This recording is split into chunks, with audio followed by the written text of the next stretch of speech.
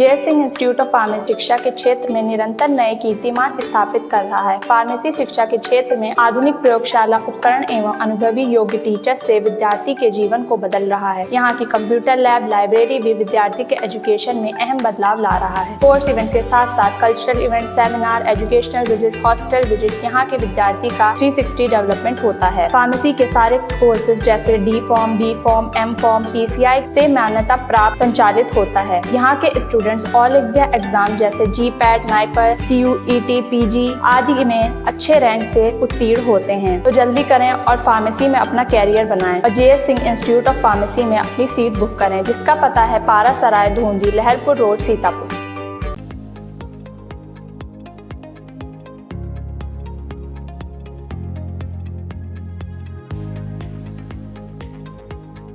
नमस्कार, आप देख रहे हैं इंडिया। मैं भूपेंद्र दीक्षित। विगत 9 जुलाई को सीतापुर जनपद के प्रशासनिक न्यायाधीश माननीय मनोज बजाज साहब के द्वारा सीतापुर राष्ट्रीय लोक अदालत का उद्घाटन किया गया। उसके बाद यहाँ के बार के प्रतिनिधिमंडल से मुलाकात की गई और तत्पश्चात माननीय न्यायमूर्ति मनोज बजाज जी के द्वारा माँ ललिता देवी मंदिर में पूजन अर्चन करने के बाद विधिक सेवा प्राधिकरण सीतापुर द्वारा स्थापित नए लीगल एड क्लिनिक का उद्घाटन किया गया।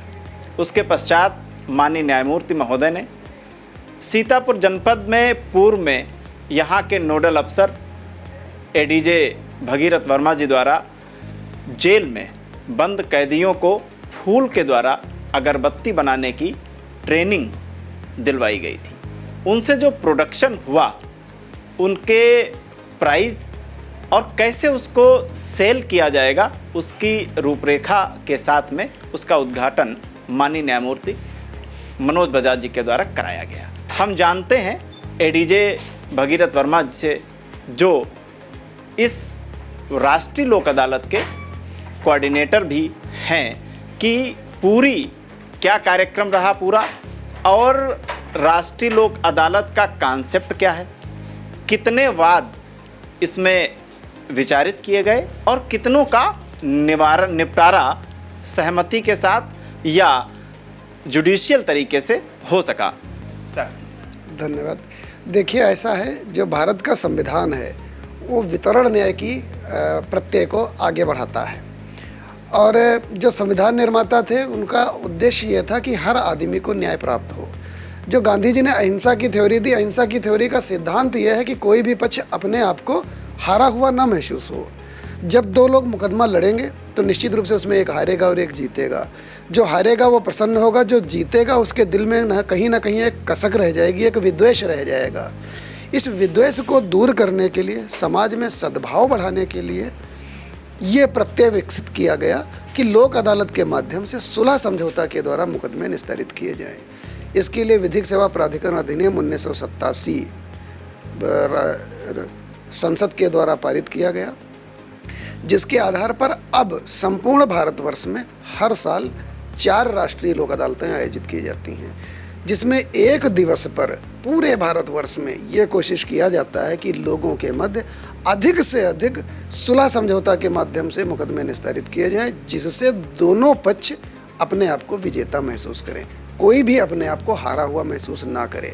लोक अदालत की 2 विशेषताएं हैं। पहली तो विशेषता ये है कि इसकी कोई अपील नहीं होती है, ये मुकदमा अंतिम रूप से निस्तारित हो जाता है और लोगों के मध्य हार की कसक नहीं रहती है। दूसरी इसकी एक बहुत बड़ी विशेषता है, जिसको आम जनता तक पहुंचाना चाहिए आपके माध्यम से, कि बड़े से बड़ा दीवानी मामला हो, लाखों रुपयों का जिसमें आपने कोर्ट फीस जमा किया है, अगर लोक अदालत के माध्यम से मुकदमा तय कराते हैं तो वो न्यायालय शुल्क आपका वापस हो जाएगा। आपका 10 करोड़ 20 करोड़ के मैग्नीट्यूड का मुकदमा है और उस पर कोर्ट में आपने 2 करोड़ 3 करोड़ रुपया न्यायालय शुल्क जमा किया है, और अगर आपने सुलह समझौता कर लिया है, उस सुलह समझौता के माध्यम से लोक अदालत में मुकदमा तय हुआ है, तो न्यायालय शुल्क आपका वापस हो जाएगा। सर ने बताया कि लोक अदालत की जो एक मूलभूत विशेषता है वो ये है कि इसमें जो निस्तारित होते हैं मामले, उनकी कोई अपील नहीं होती, वो अंतिम तौर पे निस्तारित हो जाते हैं। एक बात। दूसरा, जो माल के मुकदमे होते हैं, दीवानी के मुकदमे होते हैं, उसमें जो भी शुल्क होता है वो न्यायालय वापस करता है। ये एक बहुत बड़ा बेनिफिट है पक्षकारों का। सर, जो सीतापुर में अभी सीतापुर के प्रशासनिक न्यायमूर्ति महोदय ने उद्घाटन किया था, हमें जानेंगे कि जो अभी लोक अदालत हुई उसमें कितने पूरे वादों पर विचार किया गया, मध्यस्थता हुई और कितने निस्तारित हुए। अपने यहाँ लोक अदालत जो हुई है, माननीय प्रशासनिक न्यायमूर्ति ने इसका उद्घाटन किया था। इसमें हर बार से अधिक करीब 1 लाख मुकदमे निस्तारित हुए हैं। और इन मुकदमों में जो न्यायालय में 2 तरीके के मुकदमे होते हैं, एक प्री लिटिगेशन वाद और एक लंबित वाद। प्री लिटिगेशन वाद का प्रत्यय ये है, उसका कॉन्सेप्ट ये है कि किसी के बीच में कोई विवाद हुआ लेकिन मुकदमा नहीं हुआ, तो मुकदमे के रूप में परिवर्तित होने से पहले ही उस विवाद को सुलह समझौता के माध्यम से तय करा दिया जाए। इसको हम लोगों ने बहुत ज़्यादा गहराई से लागू किया पारिवारिक मामलों में। पति पत्नी के बीच में कोई एक विवाद हुआ और एक प्रार्थना पत्र डाल दिया, फिर उस एक मुकदमे से 10 मुकदमे बनते हैं। एक उसमें फिर दहेज उत्पीड़न का मुकदमा पड़ जाता है, एक पार्टी उसमें फिर डोमेस्टिक वायलेंस का मुकदमा कर देती है, एक पार्टी उसमें विदाई का मुकदमा कर देती है, एक पार्टी उसमें भरण पोषण का मुकदमा कर देती है। इस तरीके से पूरा का पूरा परिवार तबाह हो जाता है। कोशिश ये की गई कि इस तरीके के विवाद मुकदमे का रूप लेने से पहले ही तय हो जाएं। इसके लिए ड्राइव चलाया गया disposal of matrimonial disputes at pre litigation stage. तो ये एक प्रकार है। दूसरा प्रकार है, किसी का मेड़ का विवाद है, किसी का सहन का विवाद है, किसी का नाली का विवाद है, किसी का नापदान का विवाद है। उनको अगर समझा बुझा करके उस विवाद को उसी स्टेज पर निपटा दिया जाए तो उससे कोई बड़ा विवाद नहीं बनेगा। विवाद मेड़ का था, उसके बाद में झगड़ा किए, 307 बना। दूसरी पार्टी ने जाकर के कोई और गंभीर अपराध कारित कर दिया, तो अपराध और अधिक गंभीर रूप लें, इससे पहले ही उनको सुलह समझौता के माध्यम से प्री लिटिगेशन स्टेज पर सेटल कर दिया जाए। इस बार 1 लाख से अधिक कुल मिलाकर के प्री लिटिगेशन और पेंडिंग वाद डिसाइड हुए हैं, जिसमें 6000 से अधिक न्यायालय में लंबित वाद थे और शेष प्री लिटिगेशन के वाद हैं। इस बार 1 लाख से अधिक, ये अभी सर ने बताया कि अभी तक की सबसे बड़ी संख्या रही है कि जिसका उद्घाटन जिस लोक अदालत का, राष्ट्रीय लोक अदालत का माननीय न्यायमूर्ति मनोज बजाज साहब ने किया था, उसमें 1 लाख से अधिक मामलों का निस्तारण हुआ। सर, नैमिष में लीगल एड सेल का उद्घाटन किया गया न्यायमूर्ति महोदय के द्वारा, उसका कॉन्सेप्ट क्या है? जो लीगल सर्विस अथॉरिटी एक्ट है अपना 1987 वाला, जिससे लोकसभा ने अपनी संसद ने पास किया, उसमें लीगल एड क्लिनिक का भी प्रावधान किया गया। और जैसा कि हम लोग पहले भी चर्चा कर चुके हैं, संविधान का अनुच्छेद 39A है जो निःशुल्क न्याय की बात करता है, हर किसी को निःशुल्क विधिक सहायता प्राप्त हो। उसमें धारा 12 है लीगल सर्विस अथॉरिटी एक्ट में, उसमें यह कहा गया कौन कौन से लोग निःशुल्क विधिक सहायता के लिए पात्र व्यक्ति हैं। तो उसमें सभी अनुसूचित जाति के, सभी अनुसूचित जनजाति के, सभी दिव्यांग, सभी महिलाएं, ऐसे लोग जिनकी आय 3 लाख रुपए से कम है। इसके साथ साथ उसमें सीनियर सिटीजन, यानी जब आप टोटल डोमेन देखेंगे तो करीब 80% जनता उसमें आच्छादित हो जाती है जिनको निःशुल्क विधिक सहायता प्राप्त हो सके। नैमिष यहाँ से 35 किलोमीटर दूर है। माँ ललिता देवी मंदिर में लाखों लोग आते हैं। लीगल सर्विस अथॉरिटी एक्ट कहता है कि जहाँ पर मास पब्लिक का आवागमन हो, वहाँ पर अगर इस तरीके का एक केंद्र बना दिया जाए, जैसे माता जी के मंदिर में कोई दर्शन के लिए आया, उसके साथ का कोई खो गया, उसके साथ कोई अनहैपनिंग हो गई, उसके साथ कोई मैन हैंडलिंग हो गई, उसके साथ में कोई भारतीय, अब तो न्याय संहिता हो गई है, भारतीय न्याय संहिता का या पास्को एक्ट का कोई भी ऐसा अपराध हो गया जो उसे लग रहा है कि अपराध, भले ही वो नहीं जानता है कि यह कानून की किस परिभाषा से आच्छादित है, लेकिन अपराध हुआ उसके साथ में। इसके लिए वहाँ पर एक लीगल एड क्लिनिक बनाई गई। वहाँ हमारा एक PLV बैठेगा, उसके पास वो जाए और जब उससे ये बताएगा कि साहब हमारे साथ में ये अनहैपनिंग हुई है, वो उसको एक लीगल फॉर्मेट में एक प्रार्थना पत्र लिख कर दे देगा। लीगल एड क्लिनिक का वस्तुतः काम ही यही है कि न्यायालय और आम जनता के बीच में सेतु का काम करना। तो आम जनता को जो यहाँ से 35 किलोमीटर दूर है, उसके इस 35 किलोमीटर की दूरी का एक ब्रिज बनाने का काम इस लीगल एड क्लिनिक के माध्यम से किया गया। और ये माता जी के नाम पर माँ ललिता देवी विधिक सेवा केंद्र। सर ने बताया कि माँ ललिता देवी विधिक सेवा केंद्र का उद्घाटन हुआ, और जैसा कि सर ने बताया कि उसका उद्देश्य ये है कि जहाँ पे अधिक संख्या में लोगों का आना जाना रहता है, ऐसी जगहों पे लीगल एड क्लिनिक बनाई जाए। और चूँकि माँ ललिता देवी का वो परिसर है, इसलिए उस लीगल एड क्लिनिक का नाम माँ Lalita Devi legal aid clinic रखा गया। वहाँ पे एक PLV रहेगा विधिक सेवा प्राधिकरण की तरफ से, और वो वहाँ पे घटित हुई किसी भी घटना जिस व्यक्ति के साथ घटित होगी उसको एक लीगल फॉर्मेट में ला करके एप्लीकेशन लिखेगा और एक उसे निःशुल्क सलाह देगा। एक चीज़ और जानना चाहेंगे कि जो धूप बत्ती फूलों के द्वारा बनाने का कॉन्सेप्ट कैसे मार्केट में उसको लाया जाएगा, उसका भी उद्घाटन माननीय न्यायमूर्ति महोदय को करना था। उसके संदर्भ में हम जानेंगे कि आगे कैसे वो आम जनमानस तक अगरबत्तियाँ पहुँचेंगी। देखिए, ऐसा है, अपने माननीय प्रधानमंत्री जी ने 3 कॉन्सेप्ट दिए। एक तो भारत को विकसित राष्ट्र बनाने का, दूसरा किसानों की आय दोगुनी करने का, और तीसरा जो है इन दोनों का कॉन्सिक्वेंस भी है और कारण भी है, और वो है स्वच्छ भारत मिशन। आप विकसित तभी हो सकते हो जब आप साफ होगे, जब आप स्वच्छता से रहोगे तभी आप स्वस्थ रह पाओगे और तभी आप विकसित बनोगे। इसके लिए ये हुआ कूड़े का इस्तेमाल हो। जो देवालय हैं, उन देवालयों में जो पुष्प अर्पित होते हैं, वो पुष्प एक बहुत बड़ा समस्या थे। हरिद्वार में एक बार कई टन फूल गंगा जी में फंस गए। इसके लिए भारत सरकार का एक शोध संस्थान है CSIR CMAP, इनके द्वारा तकनीकी विकसित की गई। तकनीकी काफ़ी पहले विकसित की गई थी, और लखनऊ में माँ चंद्रिका देवी मंदिर में काफ़ी दिन से ये काम हो रहा है।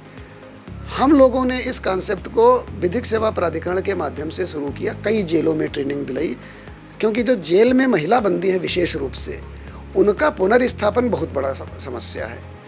उन महिलाओं को पुनर्स्थापित करने के लिए ये किया गया कि उनका कौशल विकास किया जाए, इसके साथ साथ उनको 2 पैसे की आमदनी हो।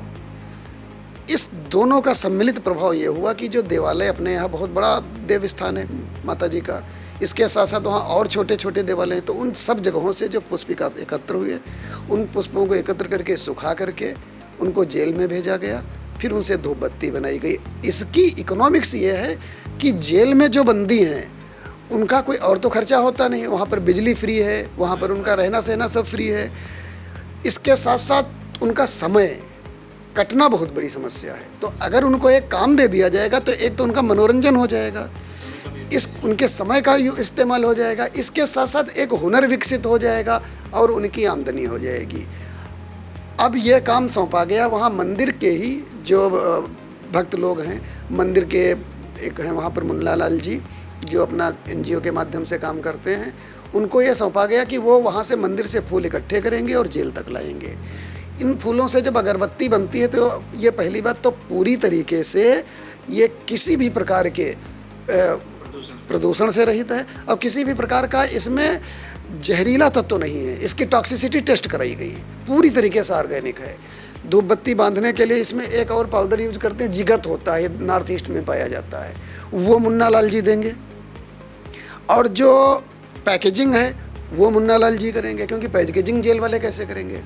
पैकेजिंग फूल से पाउडर बनाना, जेल तक लाना, जेल से एकत्र करके फिर मंदिर में लाना, और मंदिर के स्टॉल से इनको एक तरीके से प्रसाद के रूप में श्रद्धालुओं के बीच विक्रय करना, और उस विक्रय से जो उनकी धनराशि एकत्र होगी उस धनराशि में अपना खर्चा, ट्रांसपोर्टेशन का खर्चा सब निकाल करके जो बचेगा, उनसे ये बात हुई है, वो इसको नो प्रॉफिट नो लॉस पर करेंगे। क्योंकि इस पैसे से जो इसमें NGO जो भी जुड़े हैं उनसे ये कहा गया कि आप लाभ मत कमाइए, लाभ आपको दूसरे स्रोतों से माता जी देंगी, आप इनसे जो जेल में महिला बंदी हैं जितना लाभ का अंश है उतना आप उनको दे दीजिए। ये इसका आर्थिक और सामाजिक दोनों पक्ष हैं। सर ने बताया कि जो फूल से धूप बत्ती का निर्माण महिला बंदियों के द्वारा खास तौर पे किया जा रहा है, उनसे कैसे प्रदूषण से बचेंगे और कैसे तमाम जो लोग उनसे इस प्रक्रिया से जुड़े हुए हैं उनका किस तरीके से खर्चा निकलेगा और उस खर्चे के बाद जो बेनिफिट होगा वो कैसे उन महिला बंदियों को दिया जाएगा, इसकी पूरी प्रक्रिया सर ने बताई और आम जन वहाँ से उसको प्रसाद के रूप में ग्रहण करके उससे लाभान्वित होगा। हम जानेंगे विधिक सेवा प्राधिकरण के सचिव नरेंद्र नाथ त्रिपाठी जी से कि जो ये विधिक सेवा प्राधिकरण के द्वारा तमाम सारे अभी एक और मामला सामने आया कि जो बड़े वृक्ष हो गए हैं उनमें ट्री गार्ड्स लगे हुए हैं। इसका पहले से डालसा इसके संदर्भ में पत्राचार कर चुका है और अभी तक उस पर कोई कार्रवाई नहीं हुई थी। इसके साथ साथ में वो तमाम सारी चीज़ें जो विधिक सेवा प्राधिकरण के द्वारा आम जनमानस के बीच में तमाम कार्यक्रम चलाए जा रहे हैं, हम सर से जानेंगे कि वो कौन कौन से कार्यक्रम हैं और आगे भविष्य में क्या करने की योजना है जिससे विधिक तौर पे आम जनमानस लाभान्वित होगा। नमस्कार। देखिए, पारंपरिक रूप से जो हमारी संस्था है निःशुल्क विधिक सहायता प्रदान करने के लिए हमारे पास क्रिमिनल मैटर में लीगल एड डिफेंस काउंसिल्स की टीम है और असहायों और निर्धन वर्ग और सर ने बताया भी कैटेगरी कौन कौन से लोग विधिक सहायता के लिए पात्र हैं, तो उनके लिए पैनल लायर्स का भी एक हमारे पास पूरी टीम है, वो जो है काम कर रही है, मदद कर रही है।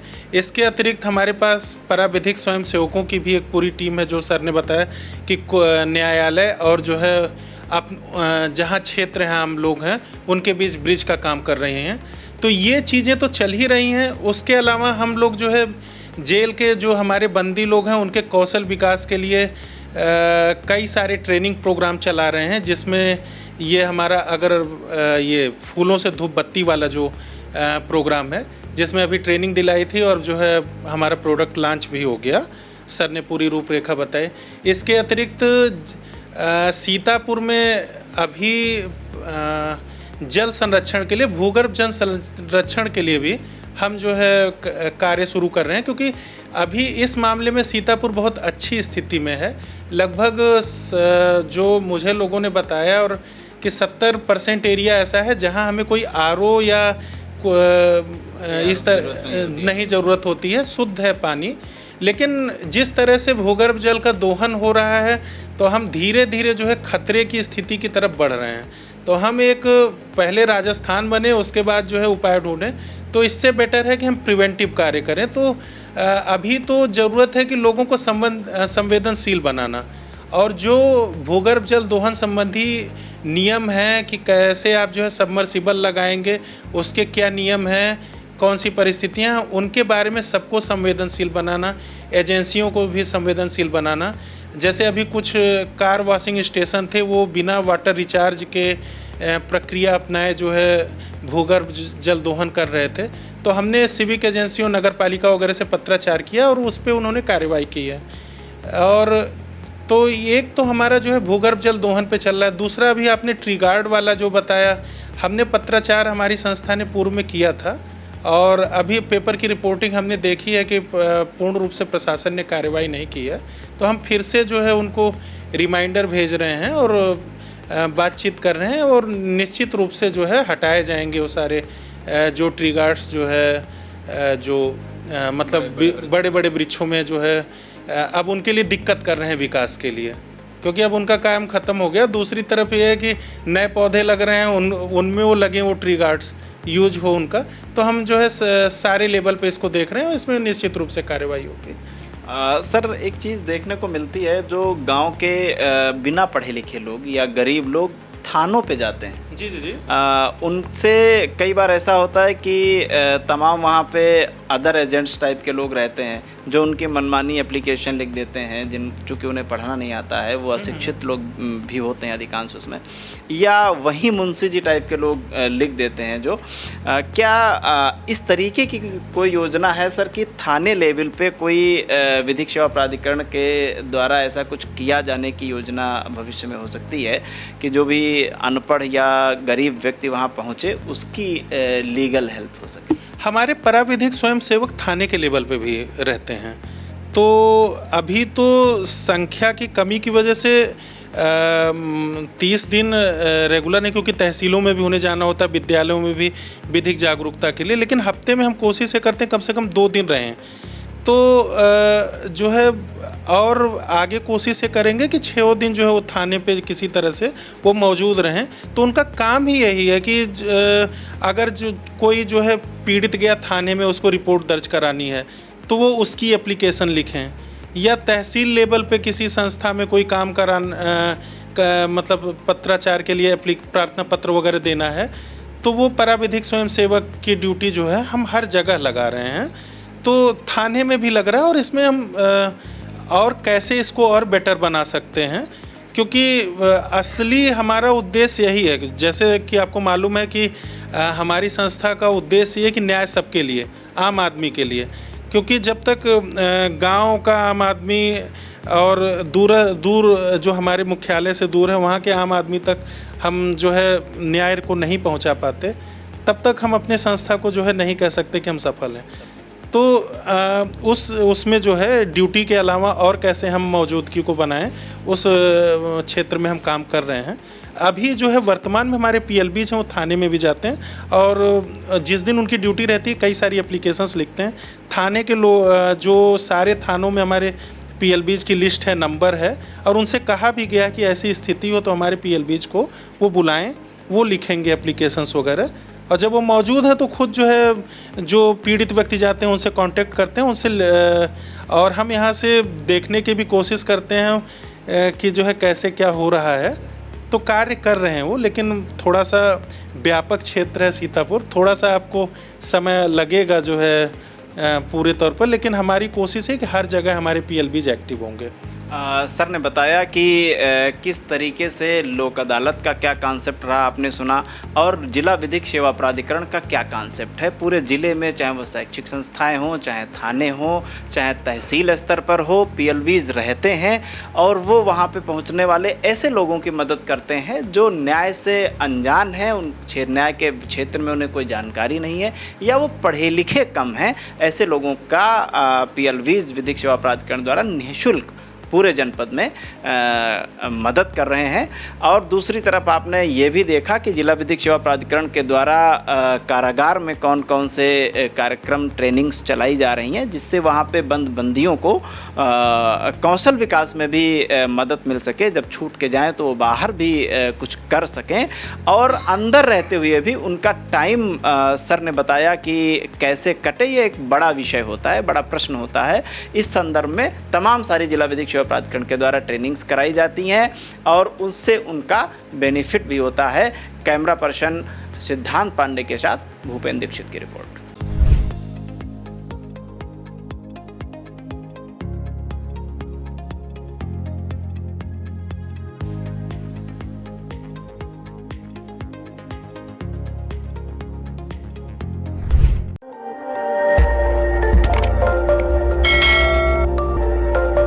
खबर आपकी, नजर हमारी।